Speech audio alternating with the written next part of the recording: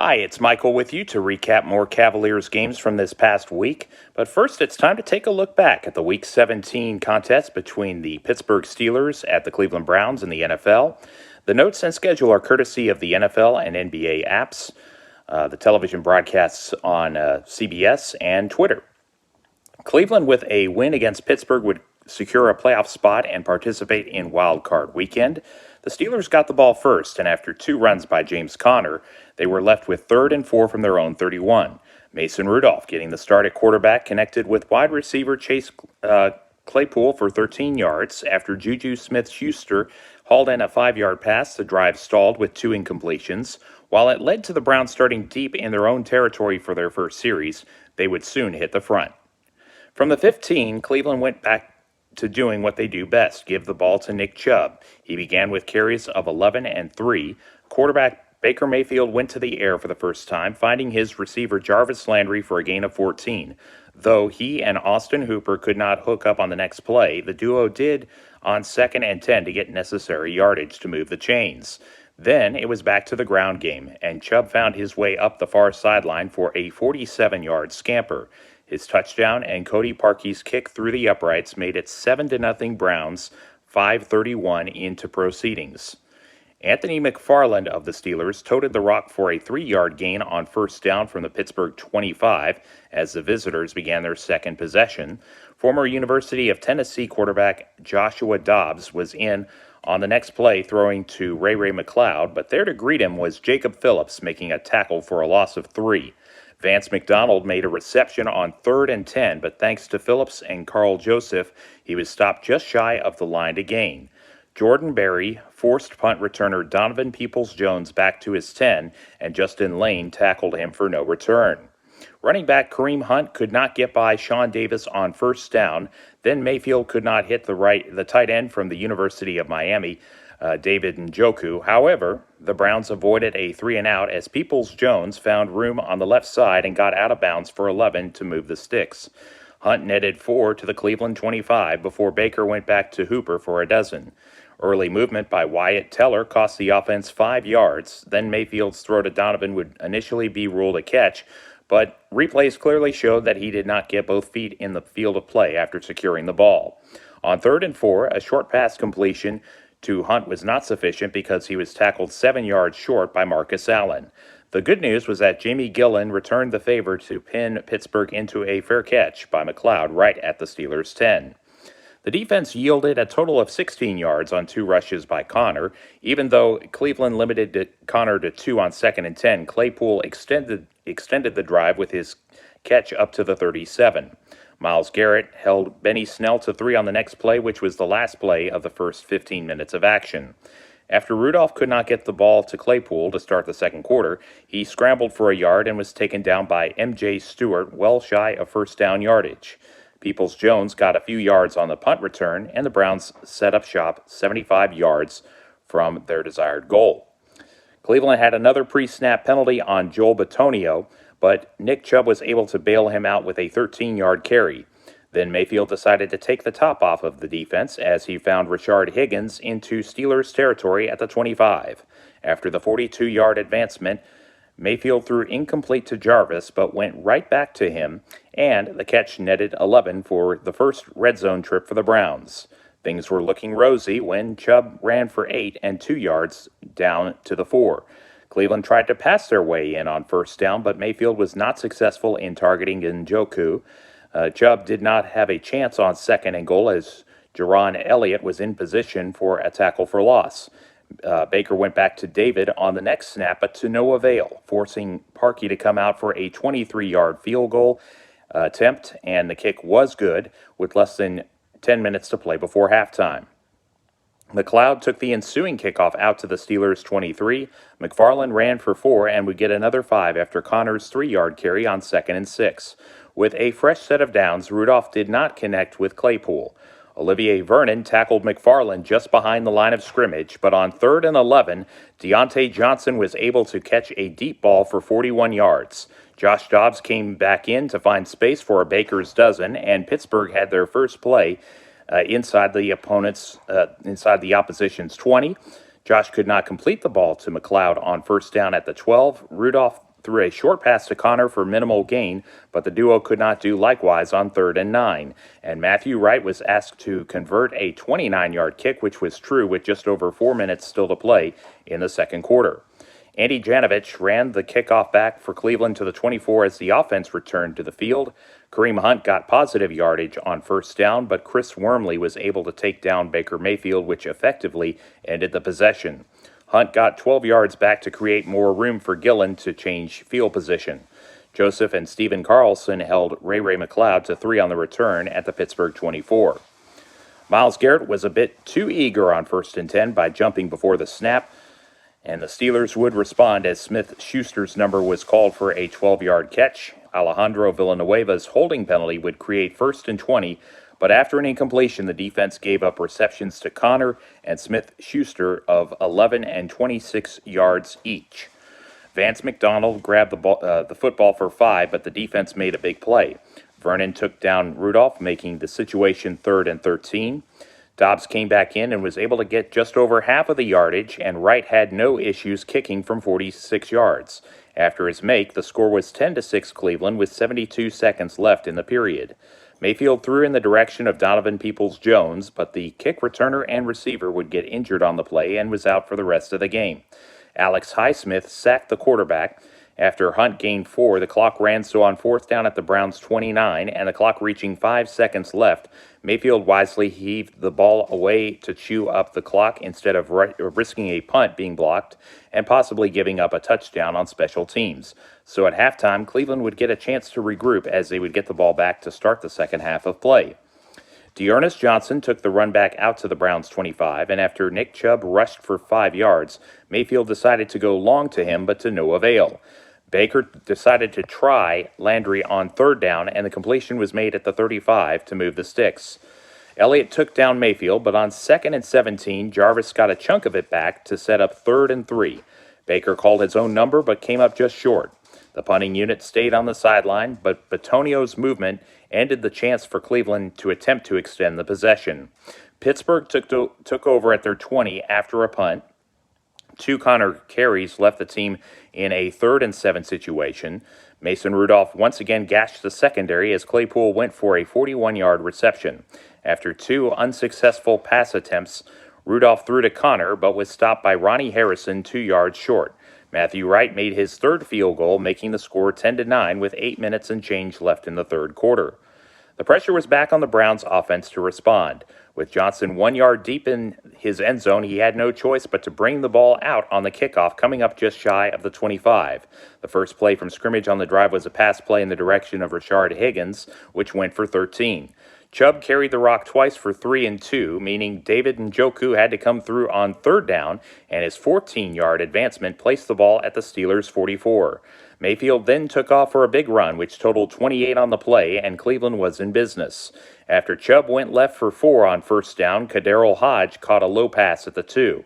The drive was capped off as Mayfield completed a touchdown pass to Austin Hooper. The point after by Parkey made the margin 8, just inside of 4 minutes left in the quarter. Juju Smith-Schuster caught a pass, while Benny Snell ran for a 1st down, but 3 plays later, Stewart picked off Rudolph and ran the ball 30 yards to the Pittsburgh 20, giving Cleveland a golden opportunity to increase their lead. Nick got positive yardage, but then Njoku was taken down by Allen, which brought about 3rd and 8.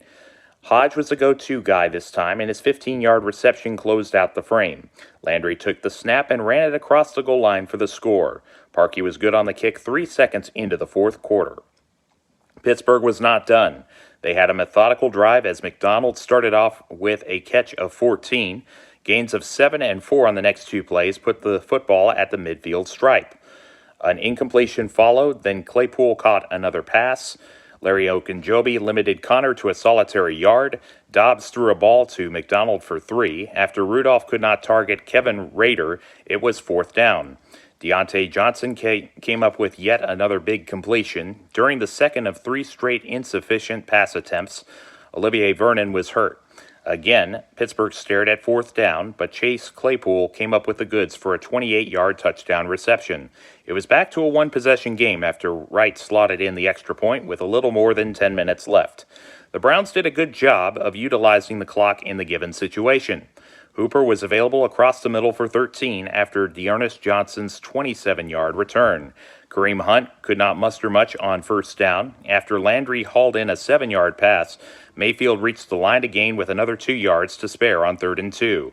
Kareem pounded the ball for 2, then Baker used his legs to go out of bounds at the Pittsburgh 38. Hunt got the next 2 carries to make the situation 3rd and 3.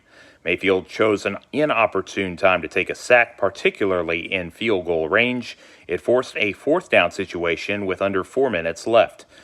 Rashard Higgins was the intended target, and the pass was incomplete. So that was 4th and 7, and now Pittsburgh took over, and Vance McDonald and Chase Claypool were unable to catch Mason Rudolph's throws, leaving them with 3rd and 10 at the Steelers' 35. Juju Smith-Schuster was on the receiving end for 13. A false start by Kevin Dotson did not faze Pittsburgh because Rudolph went deep to Deontay Johnson again, and his catch moved the team down to the Cleveland 10. Anthony McFarland ran it down to the 4 prior to the 2-minute warning, and then Joshua Dobbs threw to McDonald at the 2. After Rudolph came back in, he found Smith-Schuster for the touchdown, and Cleveland still led 24-22, but a 2-point conversion with under 90 seconds left would tie the game. Fortunately for the Browns, the pass was overthrown in Claypool's direction. Carlson initially had trouble fielding the ball on the onside kick, but he was able to recover. With 3 timeouts left for Pittsburgh, Cleveland needed a first down to avoid giving the ball back and risk giving Pittsburgh a chance to go down and have a potential game-deciding field goal. So Chubb netted 8, but was stuffed on 2nd down. So with 1:10 left, Mayfield ran to the right side on 3rd and 2 and stayed inbounds at the Pittsburgh 39 to assure that the offense would be in victory formation. They made the first down, and one kneel down drained the remaining seconds, and it meant that the 2 sides would play one another once again next week in Pennsylvania, and the Browns finished the regular season with an 11-5 record. First time they made the playoffs in 18 years. What an accomplishment. And so the regular season came to an end after Sunday's full slate of games. The postseason's underway with a tripleheader of games Saturday and Sunday. And so the first game was already played. It began in the AFC, the American Football Conference, with the 2nd-seeded Buffalo Bills defeating the 7th-seeded Indianapolis Colts 27-24. So action has started over in the National Football Conference as the 6th-seeded Los Angeles Rams are playing at the NFC West winners, the Seattle Seahawks.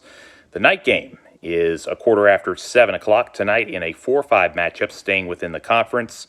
Washington, by virtue of winning the NFC East, hosts the Tampa Bay Buccaneers. Sunday, there are 3 more contests. There will be a rematch from last year between the Baltimore Ravens and the Tennessee Titans. This time, the game is in Nashville to start the day at 12:05. The mid-afternoon game will be played in New Orleans as the Saints host the Chicago Bears at 3:40. The last game involves your Cleveland Browns as the 6th seed travels to meet the Pittsburgh Steelers for the 3rd meeting of this campaign at 7:15. And that will conclude the wild card round. Both the Kansas City Chiefs and the Green Bay Packers, by virtue of having the best record in their respective conference, are granted a bye week, and they will both be in action on the weekend of January 16th and 17th. So we switch gears and move on here. The Cavaliers were 96-91 winners against the Atlanta Hawks Saturday night in the NBA. It was a test of character because after being up 11-10 not 4 minutes in, they were paddling upstream. Cleveland was down by as many as 15 points almost midway through the 3rd quarter, using a 24-7 run. Colin Sexton dished to Zeddy Osman for a go-ahead 3 about 2.25 minutes into the 4th quarter. Atlanta would seesaw ahead before JaVale McGee's finger roll lay-in made the score 84-83. Later, with the score even at 88 following Bogdanovich's game-tying 3 for the Hawks with 48.2 seconds left, Sexton responded on the other end with a go-ahead 3 with 21 ticks left. He would knock down 4 free throws to finish on 27 points to help his side secure a 96-91 victory. In addition, Andre Drummond added 12 points and 11 rebounds. In Orlando Monday, there would be no such comeback in the second half as they trailed most of the game as the Magic pulled away in the second half for a 103-83 result. Aaron Gordon and Nikola Vucevic contributed for 47 of Orlando's points. Sexton shot well, going 10 of 19 for 24 points, and Drummond recorded another double-double. Darius Garland and Kevin Love did not play a second in this one. Osman scored 18, and Damian Dotson added 16. The two teams ran it back in Orlando again Wednesday, but the outcome was the same. In this one, the Cavaliers led most of the first quarter, but after Terrence Ross's three-pointer with just over 7 minutes remaining in the second quarter, the Magic did not trail again. Ross scored a team-high 20 points. Dwayne Bacon pitched in with 19, Vucevic 16, and Gordon 12. As for Cleveland, they had balanced scoring behind Sexton's 21. Larry Nance Jr., Isaac Okoro, and Lamar Stevens each had 10, while Drummond added 19 points and 15 boards. The final score was 105-94, Magic with the win. The Cavaliers then found themselves in a tight game from the start in Memphis on Thursday as Andre Drummond knocked down a turnaround shot to pull Cleveland even at 88 as the clock went under 3 minutes. In the fourth quarter, Brandon Clark committed an offensive foul, and then out of a timeout, Osman knocked down a go-ahead three. Tyus Jones could not get a few shots to go through the basket on the next couple of Grizzlies possessions, but Andre fouled Jonas Valanciunas, and 2 free throws were made to trim the lead to 1. And eventually, with just over half a minute left, there was a jump ball after a successful challenge by Cleveland. Dotson would eventually come away with the ball on the tip, and it led to points. Okoro got the slam dunk with 10.6 left. Desmond Bane missed on a game-tying shot for Memphis, and Dotson was fouled on the rebound.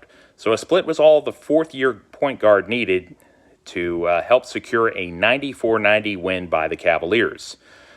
So the week ahead shows that Cleveland travels to Milwaukee tonight at just after 7 o'clock Central. The Grizzlies will pay a visit to Northeast Ohio an hour earlier than the start time of the said Bucks game on Monday. The Jazz will be the away side Tuesday at 6:30. Then the Knicks 72 hours later. The Cavs have a record of 5-4, sitting in the 7th position in the Eastern Conference. You can follow the North Texas Browns backers on Facebook by typing in North Texas Browns backers in the search box. On game days, in this case, game night, Sunday, the Irishman Pub on the intersection of Preston and Frankford, not Frankfurt like the German city, but Frankfurt Road, where Browns games are shown during the season. So that's where they will meet. So please be sure to come out if you are in the Dallas area. Hopefully there will be at least one more game following this Sunday. So masks are required at the place, so please make sure that it covers your nose, not just your mouth. Videos and previous entries can be found by typing in Michael Balesta Roman numeral 2 on YouTube. I'm on Twitter and Instagram at MJB as in boy, OLESTA 2 as in the number 2. http://www.mjbalesta2.wordpress.com has the text form of this blog. Thank you very much for watching, and may God bless you, and hope you have a blessed new year. Take care.